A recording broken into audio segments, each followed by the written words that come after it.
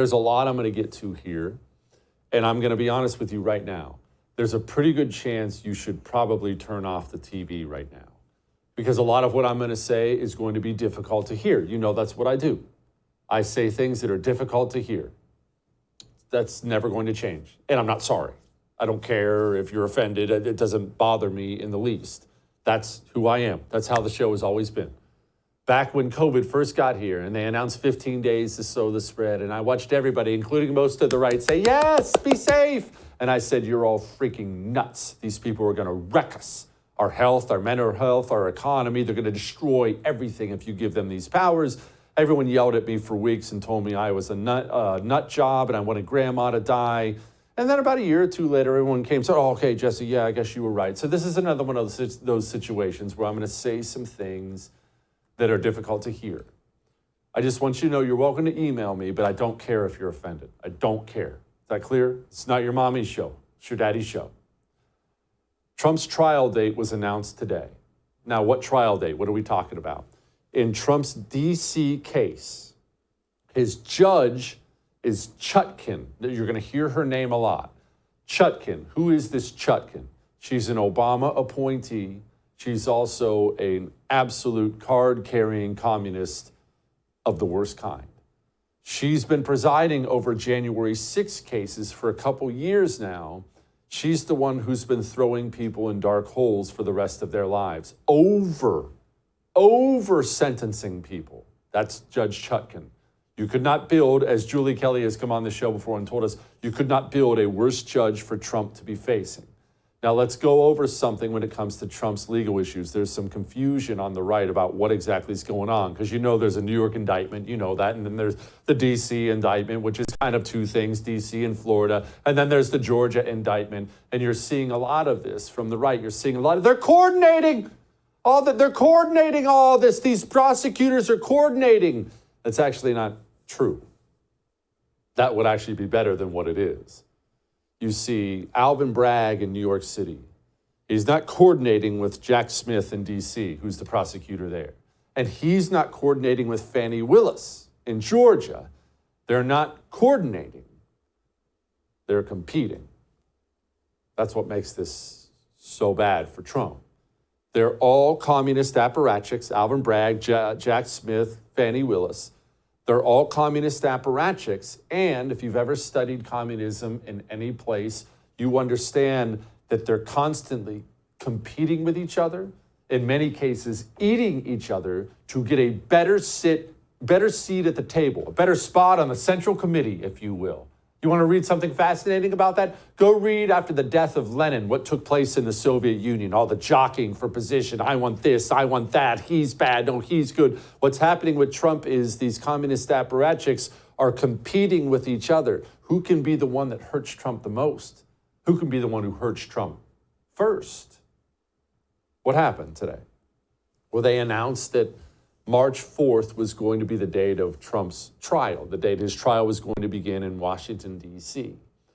Now, this is really, really significant for a few different reasons. One, it's extremely abnormal to announce the date of the trial at this point in time. I talked to enough legal people today to know this is very odd. It struck me as odd, but I wasn't sure. So I reached out to a bunch of people and they said, yes, it's very, very odd. It's the day before Super Tuesday. You remember Super Tuesday is the date all those different states in the primary vote on who they want the GOP nominee to be. So it's obviously in part very clearly an effort to make sure Trump is the nominee, but it's actually horrible in many, many ways too. This is 3 weeks before it starts in New York. You see what they did in DC? Oh, no, you had your trial date? We got ours 3 weeks ahead of time. And this, by all accounts right now, looks like it's one of the first, might end up being the first trials.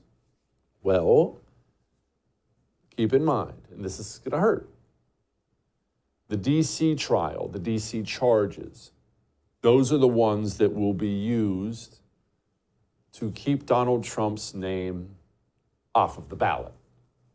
Now, you've heard me warn about this before. This is something you've heard. If you've paid any attention at all to this show, if you read Julie Kelly or others, you know that this is not some pie-in-the-sky theory I've pulled out of nowhere.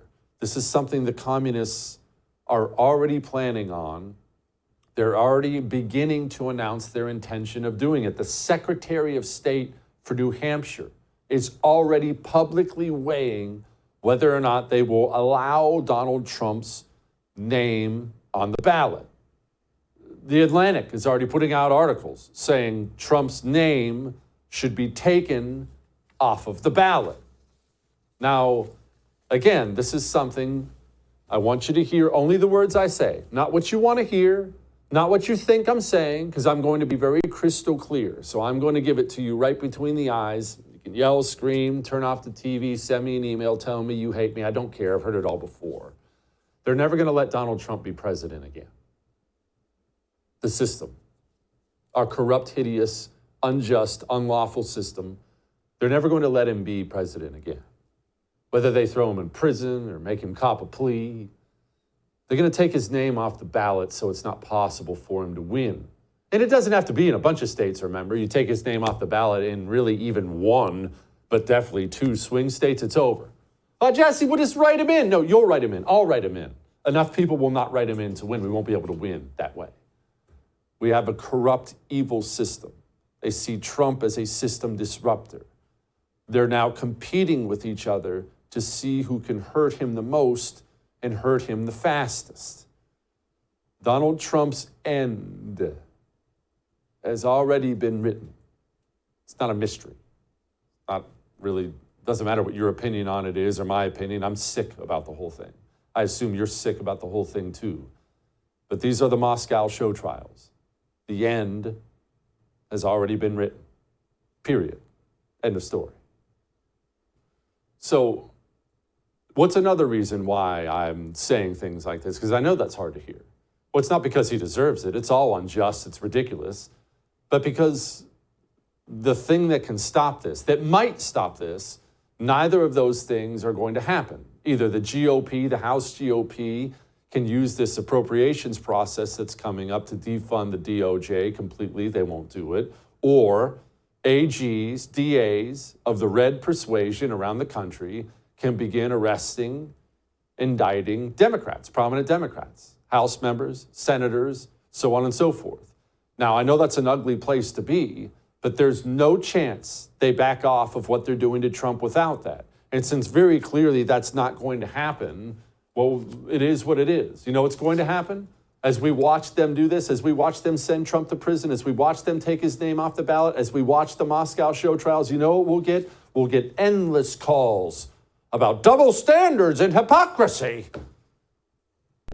We can't have a two-tiered justice system in America. 60% of the American people think there's a double standard at the Justice Department. They think that because there is. And the American people that I represent are sick and tired of this double standard. The hypocrisy of what I'm about to see.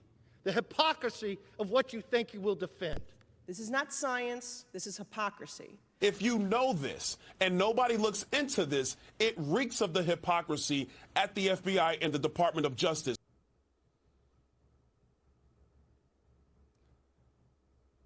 My beliefs on Trump's end have nothing to do with Trump or how unjust all this is.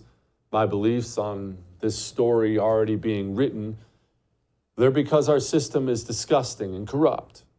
And it's because the GOP is pathetic and weak. Those two things combined have written the end. Now, that doesn't mean you give up, I give up, all is lost. That's not what I'm saying. Remember when I said don't put words in my mouth? That's not what I'm saying. It means we have to turn our anger, you and me, into activism. No, I'm not talking about waving a Trump flag. Wave your Trump flag. I'm not saying anything against that. That's fine. That's not activism. Going to a rally is not activism. None of those things count. A boat parade, none of those things count as activism at all. Activism, local activism. Take back our communities. Fortify them. Sheriff, school board, board of supervisors. Primary your useless state representative or state senator because state legislatures going forward are going to be so huge as we try to adjust to living in the Soviet Union. We must turn our anger into activism that matters. Turn your anger into activism that matters. All that may have made you uncomfortable, but I am right. I have great news. If you enjoyed that, I have a YouTube channel you can subscribe to. Whatever I do, it'll be right there on YouTube, so go subscribe today.